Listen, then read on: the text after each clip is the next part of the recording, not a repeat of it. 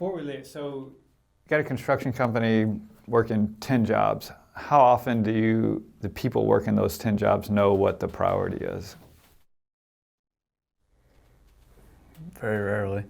And should they? I mean, should they know, if we need trucks to go here, or we need, equipment goes down, should we, Well, because I'm sitting thinking of build, we have like 10 things going on right now, and I know our 40 people have no idea which one's the priority. well, something with construction company, like is equipment, for example, they'll hoard equipment. Mm-hmm. They'll be like, no, I need this machine on this job, and it'll just be sitting. Yep. And then the other job, just down the street. I need this crane for the next 3 weeks. Well, because the guy at that job, But the he most doesn't important know. job that Yeah. he has is the one Correct. he's on. Yeah. But should they be communicating that, like, hey, because of our company and what we're trying to do and accomplish, this is the focus. Yeah.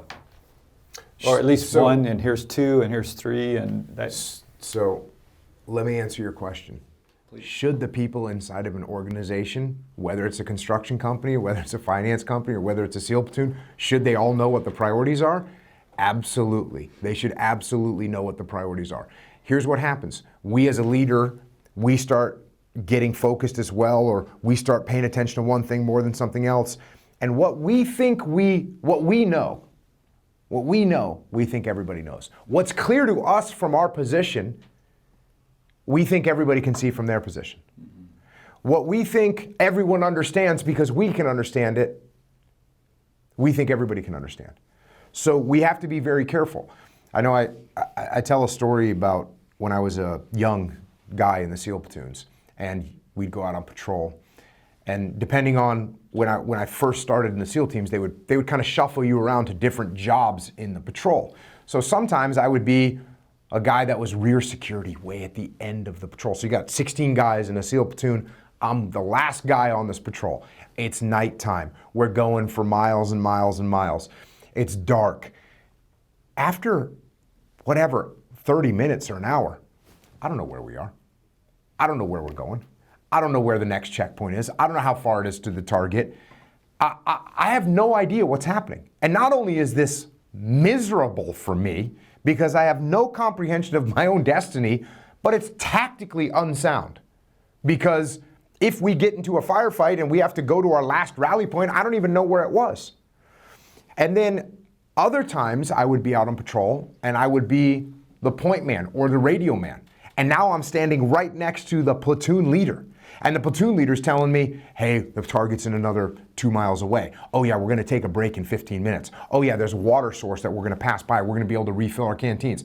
And so I have all this knowledge. And guess what? Now, not only is my morale high because I understand what's happening, but also I am tactically infinitely in a better position to support the platoon. So when I became a platoon leader and I became a task unit commander, my goal was to make sure that everybody understood where we were, made sure everyone understood how far it was to the target, made sure everyone understood what the priorities were. And this is what makes a good functioning platoon. Now, it doesn't take some Herculean effort to get this done. It doesn't take a Herculean effort to say, hey everyone, we've got this job over here, they're falling short on this part of the critical path, we need to make sure we get resources there, here's the resources that are needed. And now the team understands, look, are there going to be natural tensions between different job sites? Yes, there are. There's going to be a person that wants the crane at this location. There's going to be someone that wants the crane at this other location.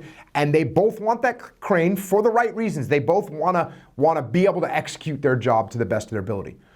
But when we look at it from one level up and we explain to the foreman, hey, I know you're going to need the crane on Thursday, but we can get this other job done. If we can have it Monday and Tuesday, we'll get it moved over the weekend. We can move it all day on Wednesday. It'll be there for you on Thursday. That way, the whole company will be taken care of.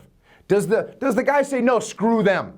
No, I don't care about them. No, he says, okay, let's make it happen. So does everyone need to understand the priorities? Yes, they do. And it's our job as leaders to make sure everybody understands what our priorities are as a company.